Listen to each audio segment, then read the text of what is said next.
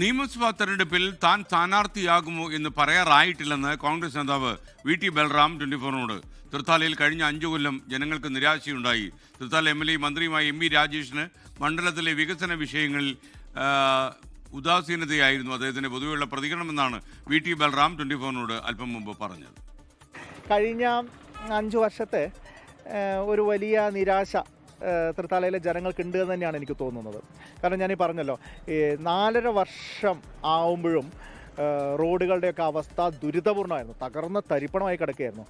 അപ്പോൾ അങ്ങനെ ഒരു വലിയ ഒരു ഉദാസീനത ഈ പ്രോജക്റ്റ് ഇംപ്ലിമെൻറ്റേഷൻ്റെ കാര്യത്തിൽ, പദ്ധതികളുടെ ഫോളോ അപ്പിൻ്റെ കാര്യത്തിൽ ഇപ്പോഴത്തെ ജനപ്രതിനിധിയിൽ നിന്ന് ഉണ്ടായിട്ടുണ്ട്. മന്ത്രിയായിട്ടും അദ്ദേഹം ഇടക്കാലത്ത് സ്പീക്കറായിരുന്നിട്ടും ഒരുപാട് അധികാരങ്ങളും പദവിയും സന്നാഹങ്ങളും ഒക്കെ ഉണ്ടായിട്ടും ആ നിലയിലുള്ള ഒരു താല്പര്യക്കുറവ് തൃത്താലയുടെ വികസന കാര്യത്തോട് അവിടെ കാണാൻ സാധിക്കുന്നുണ്ട്. പാലക്കാട് നിന്ന് ഐഷത്തുൽ ഷംന തത്സമയം ചേരുന്നു. Shamna, good morning. എന്താണ് വി.ടി. ബൽറാം പറയാതെ പറയുന്നത്?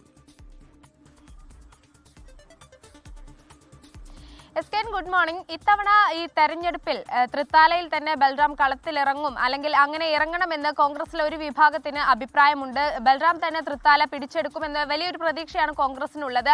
ഈ ഘട്ടത്തിലാണ് തെരഞ്ഞെടുപ്പുമായി ബന്ധപ്പെട്ട് നമ്മളെ ചോദ്യങ്ങൾക്ക് അത്തരം സ്ഥാനാർത്ഥി നിർണയ ചർച്ചകളൊന്നും നടന്നിട്ടില്ല. പക്ഷെ ബാക്കിയെല്ലാം പാർട്ടി പറയുന്നത് പോലെയാണ്, ചർച്ചകളൊക്കെ നടക്കുന്നതേ ഉള്ളൂ. 1 മാസം കഴിഞ്ഞാലേ ഈ പേരുകളൊക്കെ പുറത്തു വരൂ എന്നാണ് ബൽറാം പറയുന്നത്. മറ്റൊന്ന് എം.പി. രാജേഷിനെതിരെയാണ്. അതായത് ഈ തൃത്താലയിൽ കഴിഞ്ഞ 5 വർഷമായി യാതൊരുവിധ വികസന പ്രവർത്തനവും നടന്നിട്ടില്ല. ഒരു വികസന പ്രവർത്തനത്തിന് വേണ്ടി ഫണ്ട് അനുവദിച്ച് കിട്ടിയാൽ പോലും അതെങ്ങനെ വിനിയോഗിക്കണമെന്നോ, അല്ലെങ്കിൽ അത് കൃത്യമായി ഒരു കാലതാമസമില്ലാതെ അത് വിനിയോഗിക്കാൻ പോലും കഴിഞ്ഞിട്ടില്ല. ഈ എം.പി. മന്ത്രിയായിരിക്കെ പോലും, അധികാരങ്ങൾ ഉണ്ടായിരിക്കെ പോലും തൃത്താലയുടെ കാര്യത്തിൽ ഒരു ഉദാസീനതയുണ്ട്, ഒരു താല്പര്യക്കുറവുണ്ട്. ആ വികസന പ്രവർത്തനങ്ങൾ നടത്തുന്നതിൽ, അത് ഇംപ്ലിമെന്റ് ചെയ്യുന്നതിൽ വലിയ താല്പര്യക്കുറവാണ് അധികാരമുണ്ടായിട്ട് പോലും, മന്ത്രിയായിട്ട് പോലും കാണിക്കുന്നത്. അതിൻ്റെ ഒരു വിഷമം ആളുകൾക്കുണ്ട്. അതുകൊണ്ട് തന്നെ തൃത്താലയിൽ ഈ UDF തന്നെ അധികാരത്തിൽ വരുമെന്ന വലിയ പ്രതീക്ഷ കൂടി വി.ടി. ബൽറാം പങ്കുവെക്കുന്നുണ്ട്.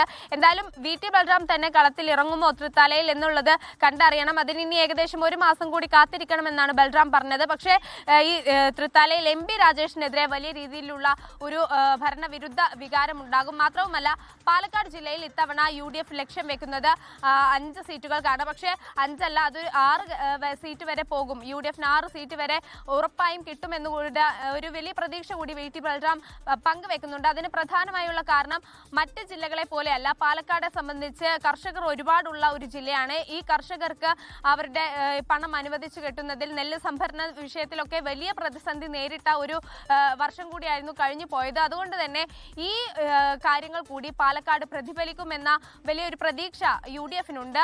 ഇതൊക്കെ കർഷകരുടെ പ്രതിസന്ധികളൊക്കെ UDF-ന് വോട്ടായി മാറും എന്ന പ്രതീക്ഷയുണ്ട്. അതൊക്കെയാണ് വി.ടി. ബൽറാം നമ്മളോട് പങ്കുവെച്ചത്. Thank you. ഐഷത്തുൽ ഷംനയാണ് വിവരങ്ങൾ നൽകിയത്. വി.ടി. ബൽറാം തൃത്താലയിൽ നിന്ന് വീണ്ടും മത്സരിക്കുമെന്ന കാര്യം തീരുമാനമായിട്ടില്ല എന്നാണ്. എന്നാൽ എം.പി. രാജേഷിന് ഒരു ജനപ്രതിനിധി എന്നുള്ള നിലയിൽ നന്നായി പെർഫോം ചെയ്യാൻ കഴിഞ്ഞില്ല എന്ന ആക്ഷേപം വി.ടി. ബൽറാമിനുണ്ട്. ലോകത്തെവിടെയായാലും ഏത് സമയത്തും 24 വാർത്തകളും ഓഗ്മെന്റഡ് റിയാലിറ്റി പാക്കേജുകളും എക്സ്പ്ലെയിനറുകളും വിശദമായി കാണാൻ ഞങ്ങളുടെ യൂട്യൂബ് ചാനൽ നിങ്ങൾക്ക് സബ്സ്ക്രൈബ് ചെയ്യാം.